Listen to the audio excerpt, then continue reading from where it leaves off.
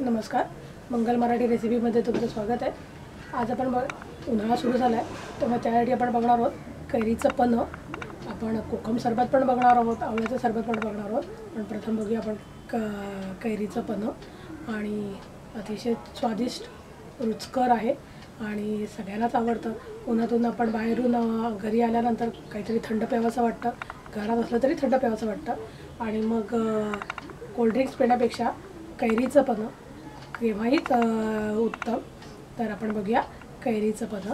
आणि त्यासाठी तुम्हाला माझं चॅनल सबस्क्राईब करावं लागेल, नक्की सबस्क्राईब करा आणि तुम्हाला शेअर पण करा, लाईक पण द्या। आणि त्याच्यामुळे काय होईल की आपल्याला असं नेहमी भेटता येईल आणि असंच माझ्या येणाऱ्या रेसिपी तुम्हाला बघता येतील। नक्की बघा। आणि आता आपण बघूया कैरीचं पन्ह। आणि आपल्याला कैरीच्या पन्ह्यासाठी लागणार आहे कैऱ्या, हे मेन साहित्य, कैऱ्या आणि गूळ। गूळ आपल्याला कैरीचा गर जेवढा असेल त्याच्या दुप्पट घ्यायचा आहे किंवा दीडपट घेतलं तरी चालेल। गुळाच्या ऐवजी साखरसुद्धा तुम्ही वापरू शकता। आपण गूळ टाकून करणार आहोत म्हणजे चांगलं पौष्टिक होईल आपल्याला हे पन्ह। आणि पहिला आपण कैऱ्या कापून घेऊया। कैऱ्या आपण साल काढून घेणार आहोत आपण याची आणि त्या कापून उकडणार आहोत आपण। ह्या साली सकटसुद्धा उकडतात त्या, पण ह्या साल काढून उकडल्यामुळे त्याचा सगळा गर निघून जात नाही, छान गर मिळेल आपल्याला याला। आपण या कैऱ्यांच्या साली काढून घेऊया।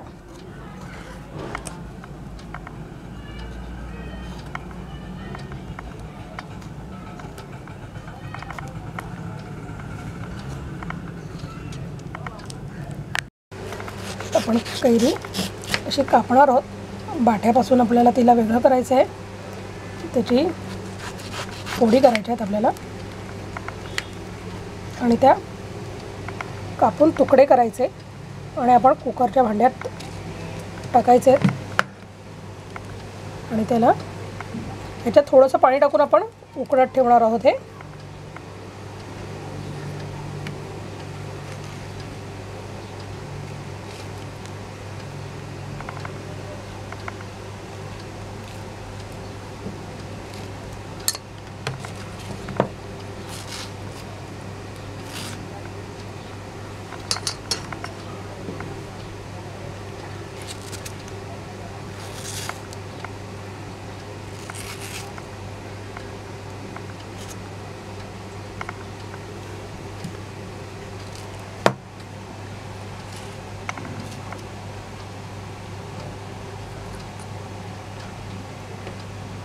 ह्याच्यात आपण आता थोडं पाणी टाकणार आहोत, अगदी 1 कप भर। आपण कुकरमध्ये तळायला पाणी ठेवलं आहे आणि ह्याच्यात आपण अगदी थोडं पाणी टाकणार आहोत, जवळजवळ 1 कप भर। आणि याला झाकण लावून आपण याला छान 3 शिट्ट्या काढून घ्यायच्या, म्हणजे त्या कैऱ्या एकदम मऊ शिजतील आपल्या। आणि 3 शिट्ट्या काढून घेऊया आपण। कुकरच्या 3 शिट्ट्या होऊन गेल्यात, आपलं कुकरचं प्रेशर रिलीज झालं आहे। आपण कुकरचं झाकण उघडूया, थंड झालं आहे, आपण काढून घेऊया आणि याच्यात आता आपण गूळ घालून घेऊया। उकडलेल्या कैऱ्यांमध्ये आपण गूळ घालणार आहोत। आधी प्रथम थोडंसं मीठ घालून घेऊया आणि गूळ घालून मिक्स करूया आपण हे। आणि आपल्याला हे मिक्सरला लावायचं आहे, म्हणजे कैऱ्या आपल्या ज्या फोडी आहेत त्या बारीक होतील। गुळाचं प्रमाण कमी जास्त आपण करू शकतो, जसं आपल्याला गोड आवडतं त्याप्रमाणे।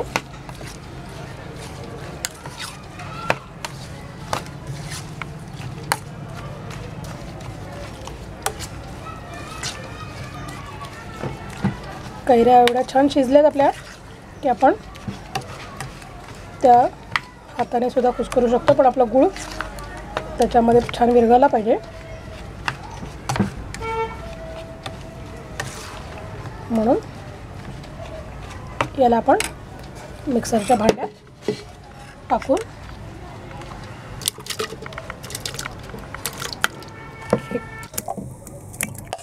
एकदा मिक्सरमध्ये आपण फिरवून घेऊया, म्हणजे आपल्याला हे छान सगळं एकत्र मिक्स होईल। गाळून घेऊया आपण आधी। हे गाळलं नाही तरी चालतं, छान लागतात तुकडे थोडेसे आपले दाताखाली आले तर कैरीचे.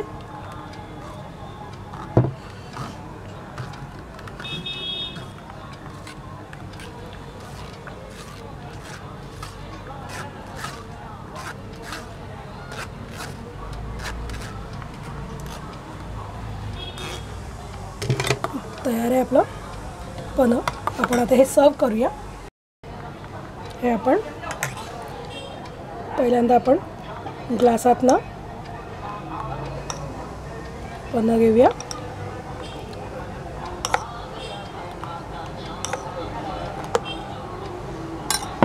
ह्याच्यात थोडंसं मीठ, चवीसाठी काळं मीठ घालणार आहोत थोडं, याने छान सुंदर चव येते. थोडंसं जिरं आणि थोडीशी काळी मिरी, काळी मिरीची पूड, बर्फाचे तुकडे घालणार आहोत आणि याच्यात घालणार आहोत आपण जरा पाणी. यात घालणार आहोत पाणी